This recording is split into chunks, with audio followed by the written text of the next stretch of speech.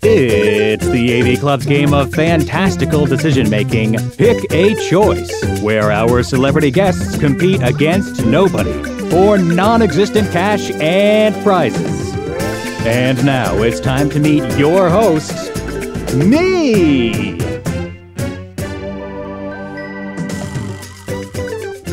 Hey AV Clubbers, it's your senior editor John Tatey, and it's time again to play Pick a Choice, our game of tense pop cultural decision making, and I'm joined by Felipe Esparza. Ready.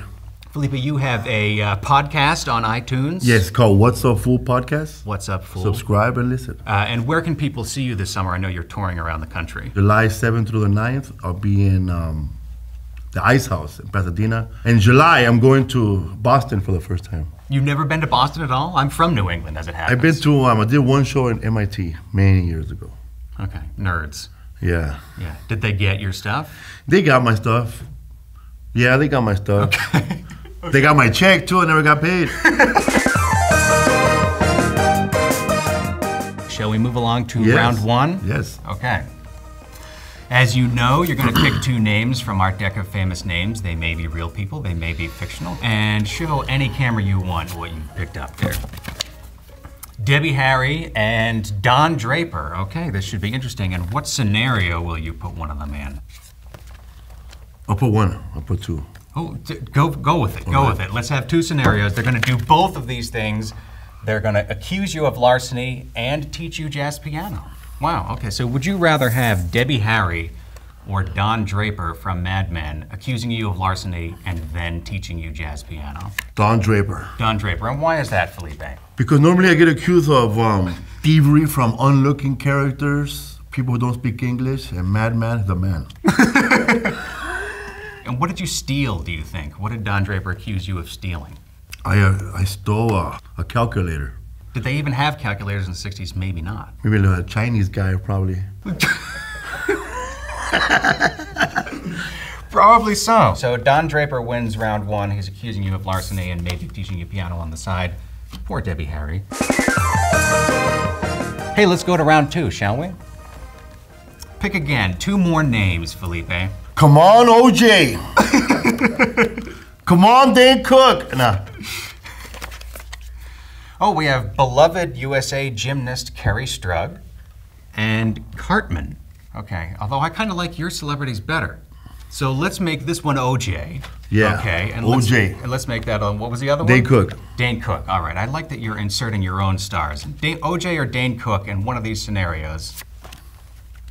Show us. Escorting you to your 20-year high school reunion.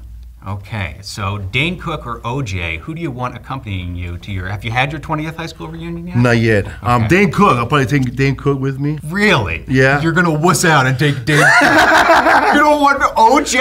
That would be amazing. It'll be hard to take him out of jail, you know, I get excuses. We're gonna take care of that. The game show takes care of all of that. All right, now I'm taking Dane Cook, taking OJ Simpson with me. Okay, okay. In a Ford Bronco. And I'm driving. Okay, that's perfect. Gato Kalen. What do you think you and OJ are going to talk about? What do you have in common with OJ? Me and OJ would probably could do meth, like the kind of meth he did before the murder with Kato Kalen. So you're doing meth with OJ. It sounds like you're just reenacting the murder, except instead of murdering someone, you are going to a high school reunion at the end of it. Yeah, we're gonna murder my math teacher, Mr. Ronquillo. And what did he do to you? He was a horrible teacher, man. Like, he would teach algebra, but I never understood it. And when he raised my hand, he ignored me. And so what I did was, every day I would just come in 45 minutes late. You know, walk in there, say everybody hello. You showed him up with your stolen calculator that you took from Don Draper, ready to do some math. You know, I think O.J. Simpson would be good, you know, because we could have like a naked gun marathon at my high school. Oh yeah, that's right. Remember OJ's Happier Days? The Happier Days. Yeah, yeah. When he was a great actor in that movie, Goldie and the Boxer, a made-for-TV movie. Wow, that's a deep cut. Deep, I know, right? Shit. Starring Debbie Harry as the blonde girl. No. Nah. Oh, I think it was Drew Barrymore, though, but I'm not sure who it was. All right, Felipe, so who won here? This is Kerri Strug turned into O.J. Simpson, right? Yeah. Did O.J. win in the end? O.J. won in the end. Okay. And Dane Cook got banned. Dane Cook got... Okay, now it's time for our emoji round, Felipe. Okay. I'm gonna get out my phone here and we're gonna look through the emoji cube. Do you use the emoji? I use the 100 sometimes, and the muscle one. Okay, perfect. So you're going to pick the emoji that are going to represent us for the first 15 seconds of the final round. Okay, so let's look in our iChat app here.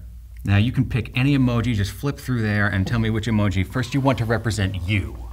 Okay, you've tapped one. No, that's not your choice? I can't see it. Oh, this one here would be fine. That one? Okay, and now flip through any of these and choose one that will represent me in the final round.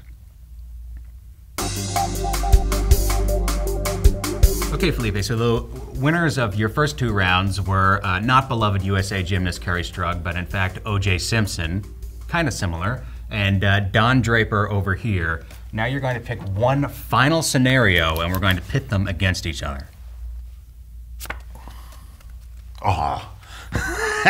Playing you in a Lifetime movie. Okay, so it's OJ or Don Draper.